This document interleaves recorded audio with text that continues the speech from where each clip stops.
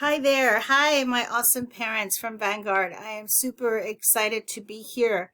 I know some of you missed my session that I had. It was about an hour and a half. And some of you missed it, or maybe you just want to get refreshed on the information that I shared. So this is just a couple of minutes, maybe 15, 20 minutes that I'm going to go over social emotional learning for parents. And let me just scroll down over here a little bit. Once again, thank you, Vanguard, for the opportunity to serve you. And I want to start by sharing one of my favorite verses, which is, "To whom much is given, much will be required." And I want you to know that you are already equipped as parents, as caregivers, as grandparents, foster parents, any type of parenting that you do, you are already equipped. And so I just want to celebrate that right now as I'm speaking to you. I want to share with you that I am a parent also. I'm actually take care of my 82-year-old mom who has slight dementia. And then, of course, I have a son that's almost 23, and my husband, and I have three of my kids are already out of the house. The oldest one is Alexia. She's an RN, and she actually had COVID a couple of months ago, so we went through that. And then our son Mario is in the military, and then our other son is has his own business, so he does a lot of forensic cleaning, especially right now during COVID. So this is kind of trying times. But as a parent, especially right now during the online learning, I've been having to support the little one who's 8 years old, and then the high school one who is a junior. Now, my junior one, he's got ADHD. It's been very hard for him to be learning from the house versus being in a very structured environment. And then the little one, it's the opposite. She kind of wants to stay home all day and skip class. Okay, that's just the reality. And so what I want to share with you is that we are in a time of crisis, right? This is a traumatic time that we're living, and my doctoral research has a lot to do with trauma, and even though my trauma from 13 years ago is very different to the trauma that we're living now, it's still trauma, right? And what is trauma? Trauma is something that shocks our lives. It changes everything about our life, and so many of you may have experienced death in the family, or you have family members that have gone through COVID, or loss of job. There's so many situations with adding, school and education to your home life with your own children. So all of that, and I'm sure there's things here that I haven't shared, but trust me, we are in a time of crisis. And what I want you to know before anything else is that you're not alone. You're not the only one that feels this way. All of the feelings and emotions, everybody has them. And if somebody out there tells you, "Oh, I'm doing great, I'm fantastic," that's not true. Because even for the people that are doing amazing, even at night, I'm sure they have to have worries. If they have a heart, right, at least have worries about the people around them, the people that they care about. One important thing that I want to share with you is that you, my parents, you are the ones that are keeping our online school going. And you're doing this strong. Without you, us teachers, there's no way that we would be able to have class. There's no way that we would have our students logging in, completing assignments or not completing assignments. And we'll talk about that in a little bit. So for example, today I was working, and I received a text from my daughter's teacher saying she's not taking the test. She's taking the wrong test. So of course, during my break, I went in and I checked on her and put her right on track. But I realized if it's not without the parents, teachers really can't do a whole lot. So you have to give yourself a lot of credit. You are working together with the teachers, and the teachers appreciate you more than you know. And I know sometimes we think as parents, no one recognizes or no one sees our struggles. But, me being a teacher and being on both sides, I know the struggles, and so we appreciate you for that. And know that you are the most important person right now in education, especially during this pandemic. another thing that I want to share with us is that, we're all doing the best that we can. And I think that as long as we think of that logic, that kind of helps us. Every day when we wake up in the morning, something happens. Our kid didn't complete the assignment. We forgot about a Zoom link. We forgot about a meeting. We forgot to make that phone call. We forgot to send that email. And then just stop and say, you know what? I'm doing the best that I can with what I have right now. And we have to think that of our children too. They're doing the best that they can. Our teachers, they're doing the best that they can. Our principals, our administrators, everybody is doing the best that they can. And so remember that and think of that, especially when you're giving yourself a hard time, because sometimes that's what we do. We're hard on ourselves. So what is emotional learning? What is social emotional learning? And you can find a whole lot of information on Cassell, which is the leader in social emotional learning. But basically what it means is the ability to understand our own emotions and our own thoughts. That's very important for us to recognize how we're feeling. And during COVID, maybe when COVID started in March, April, I remember sending out a survey on social media, just open to people and teachers, and first to parents and then to teachers. And I asked them, what are your fears? What are you feeling right now?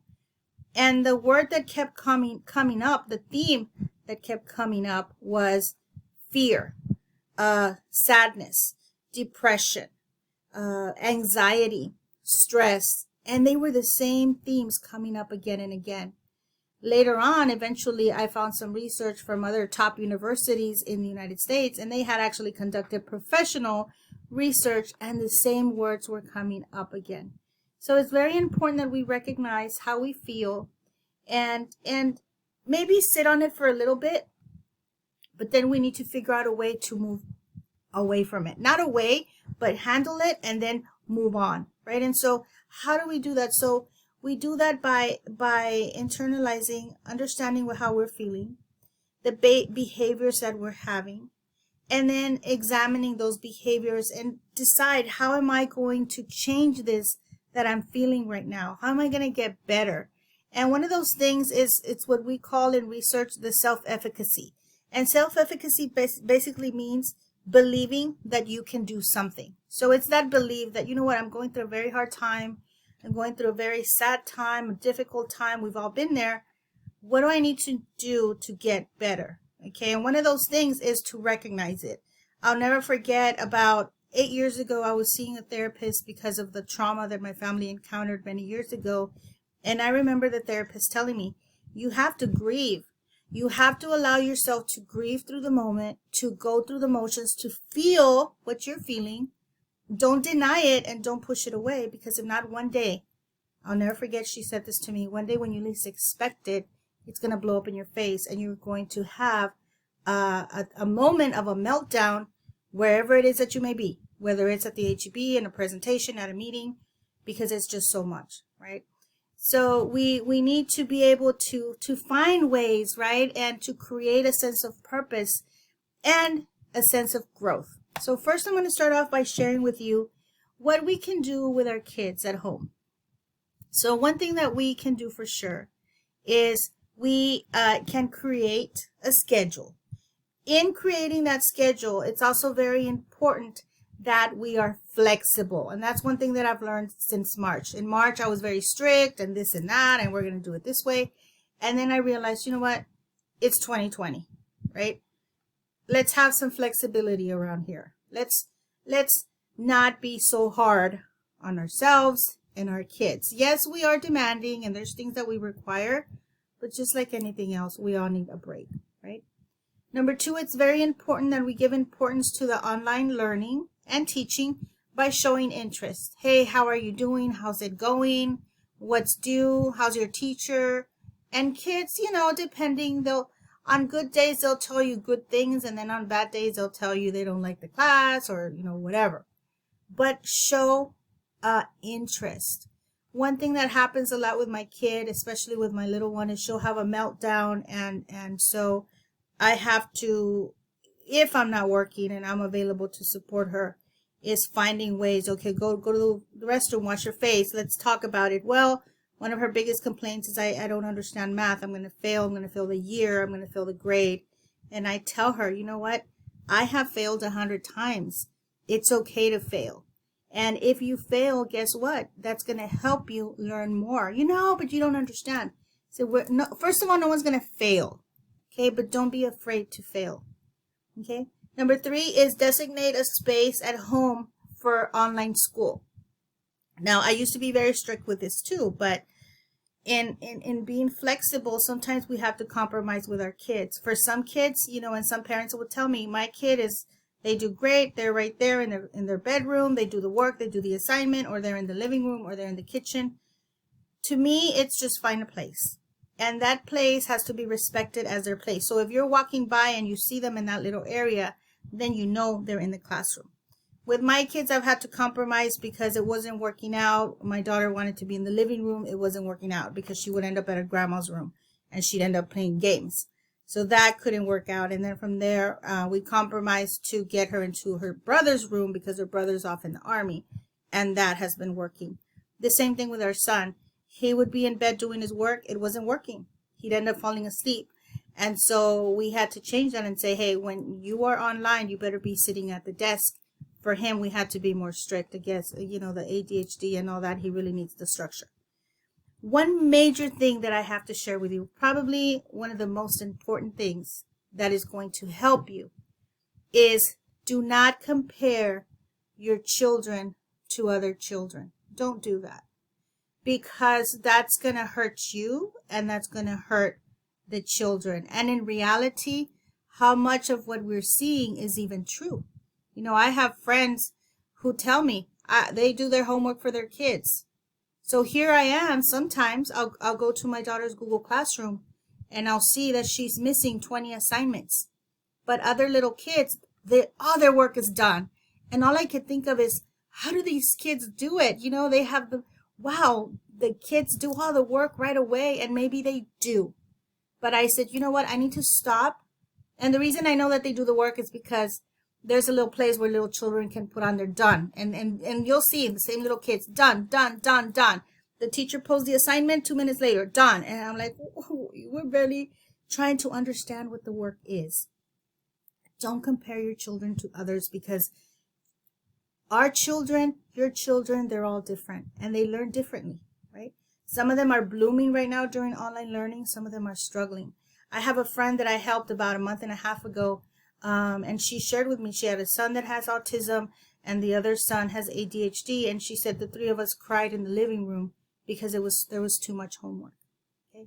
There's no reason for us to get to that point. And so again, this is part of the social emotional, because when you catch yourself at that moment where everybody's very stressed out and starting to cry, that's when we have to say, okay, time out. Let's change this. Let's see what's going on.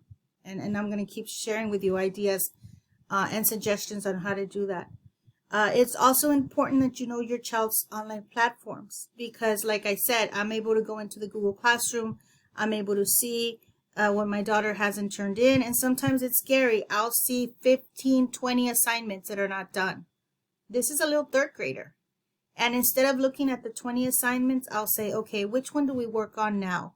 Let's do 1. That could be the goal. We could have 1. We could have 2. We could have 3. Okay? But let's not look at the big, oh my gosh, we have 20 assignments. Okay, a lot of this work really is dictated from the state. So sometimes we get upset at the teacher, but in reality, there's certain things they have to do. Now, the last one, which is very important, is ask questions always and communicate with your child's teacher. Your teacher wants to help. And if your teacher doesn't know that you're struggling, they're going to think everything is fine.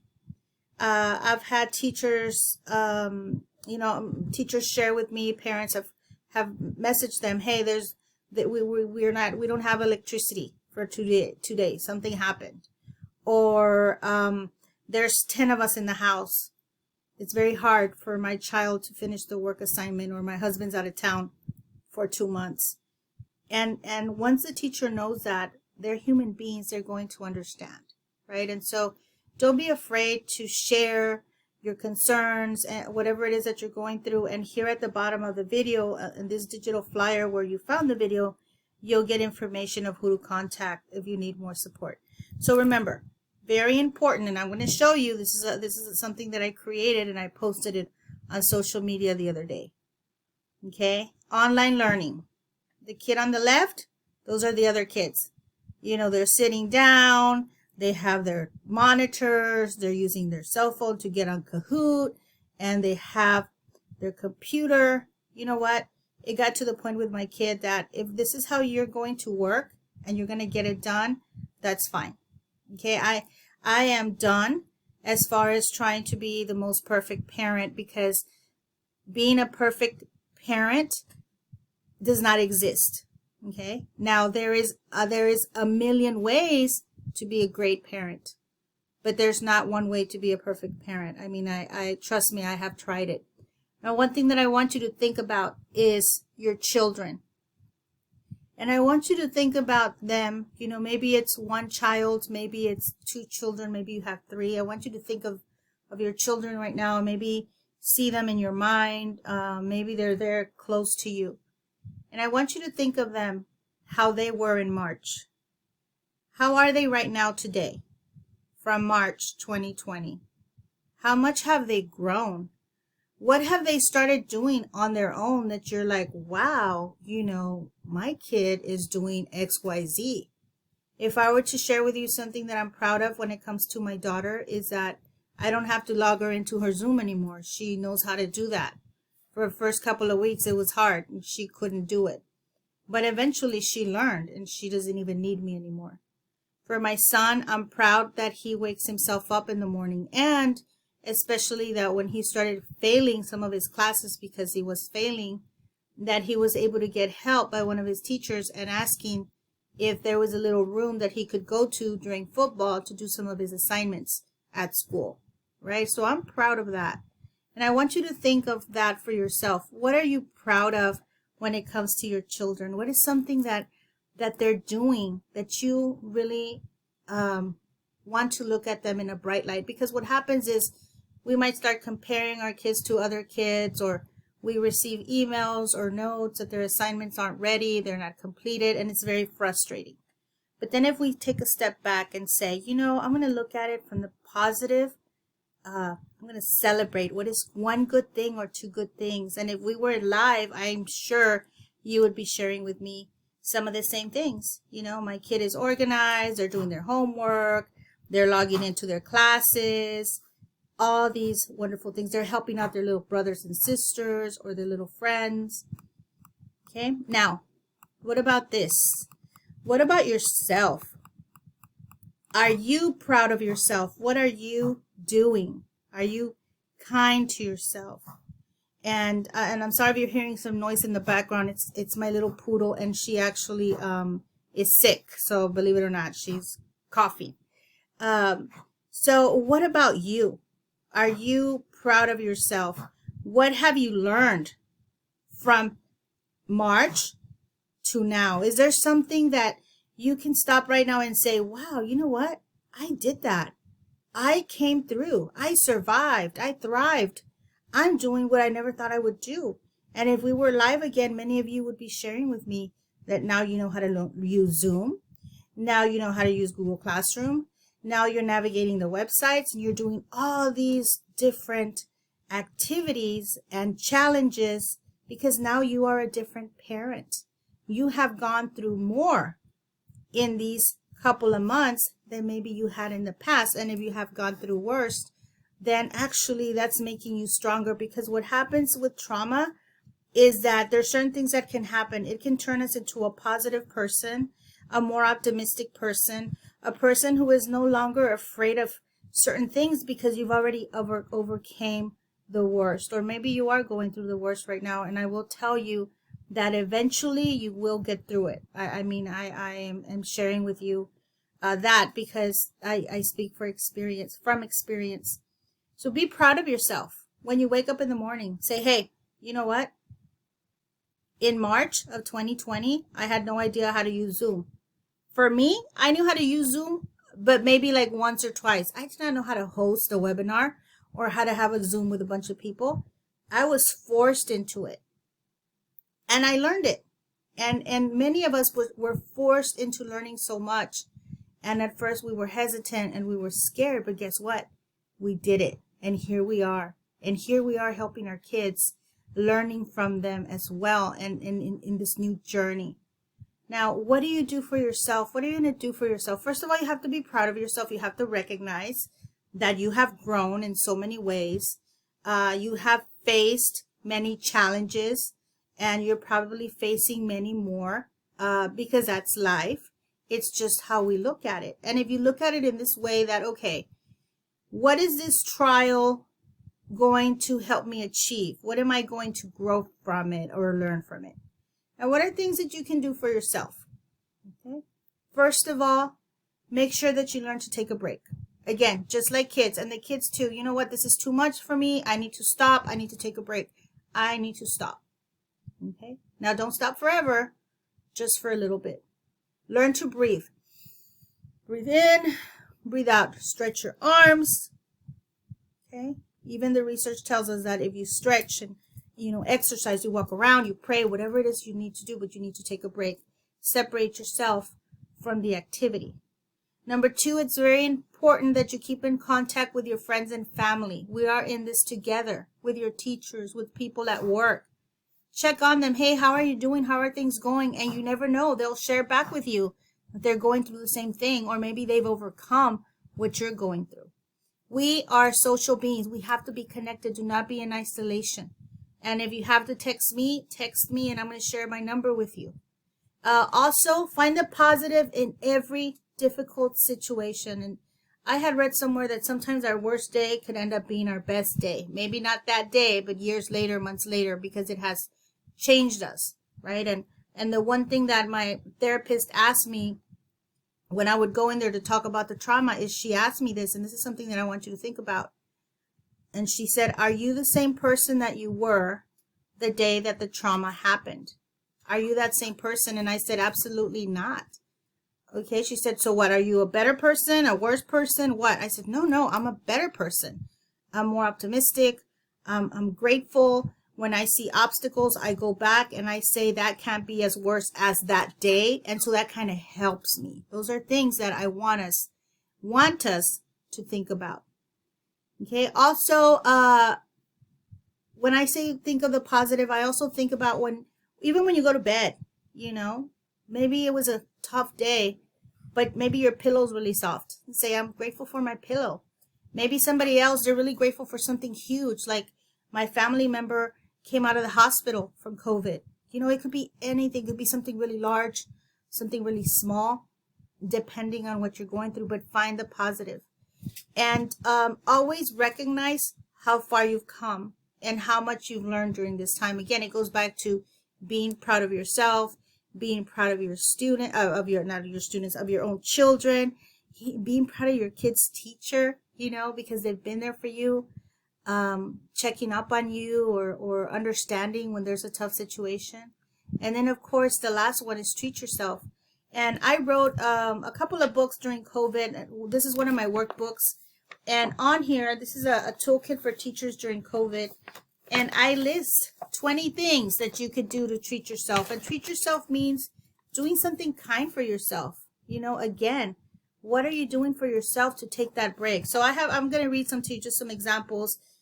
Taking a nap is always awesome. You don't even have to spend money. You don't have to go buy something. But if you want to go buy something, then you buy it. If you have the money. I don't like to buy things because I like things that are free, but or on super sale. But big things for me are like taking a nap or sleeping 5 extra minutes or going for a walk, going for a bike ride, listening to some cool music when I'm driving or to some cumbias or whatever it is, 80s music. Be kind to yourself when you make a mistake. The other day I was at a store and I heard this lady, she made a mistake and she said, oh, I'm such an idiot. And I was like, don't say that about yourself, Don't. If you make a mistake, if you embarrass yourself, you know what? I learned from it. Okay, next. Move on. Be good to yourself. Be good to yourself just like you would be to anybody else that you love. Spend time with a friend. And of course, we can't see people, but you can call them. You can FaceTime them. You can text them. And so there's so much that we can do. Now, I'm going to leave you with the very last activity, which is a fun activity. And this is a research-based little activity that tells us about smiling. And what happens is that our brain kind of does whatever our body says, right? And so if we're having a bad day, if I'm having a very bad day, I'm grumpy, I really want to get out of my element, I can't go outside for some reason. So then what I'm going to do is I'm going to put a pencil or a pen right here, and I'm going to smile. Well, actually, it's fake smiling, right? But what the research tells us is that researchers found that smiling, even a fake smile, can have a positive impact on your mood. Essentially, it triggers certain facial muscles by telling the face that you're smiling to thinking that you're smiling. So if you read up on it, it'll tell you that smiling for 25 seconds is basically like eating 20 bars of chocolate. Do it. It's fun. It works. Right here. It kind of reminds me of when we would count to 10 when we were kids. Count to 10, count to 10. But we would count to 10 and we would still feel the same. So smiling is good. It's positive. Also, another thing to do is walk outside without socks, on the grass. For those of you that are super clean, it's okay. We get closer to nature. So again, just real quick, if you have an opportunity, jump into Khan Academy. That is a free tool. It's a website, Khan Academy en Español, airpanel.com. Those are free websites. The first Khan Academies basically show you videos on how to work on math problems, science, chemistry. So those are great tools for our kids, especially when they're struggling and they're crying, they don't understand the math. And then we don't understand the math because it's different math and all of that. And then, of course, thank you so much. This is me right here, totally Photoshopped. If you need anything, you can reach out. Of course, you can reach out to me and I'll share my information. You can also reach out to the awesome team over there with Miss Barbara Gonzalez. And this is Ana Cardona and the Gear Up family and financial advocate at Vanguard. There you can see their phone number, their email. If you need support, more support, emotional support, they're there for you. I've been to so many districts and they are the one district that actually write down the names of the people who make comments, who need support, and they will touch base with you. So that is a huge blessing. And then just to share with you, this is my contact info. You can find me on Twitter, on Facebook, Instagram, LinkedIn. That is my email on the bottom, and that is also my cell phone. If you saw this session and you liked it and maybe you want more information or you want to share with me something that you're grateful for, please do it. I always share my phone number with everybody every time I have a session. It's always a blessing to be a blessing to others. And so with that, I want to say thank you so much for being here. Remember, to whom much is given, much is expected. We will get through this together, and you're not alone. See you soon, mis amigos from Vanguard. God bless.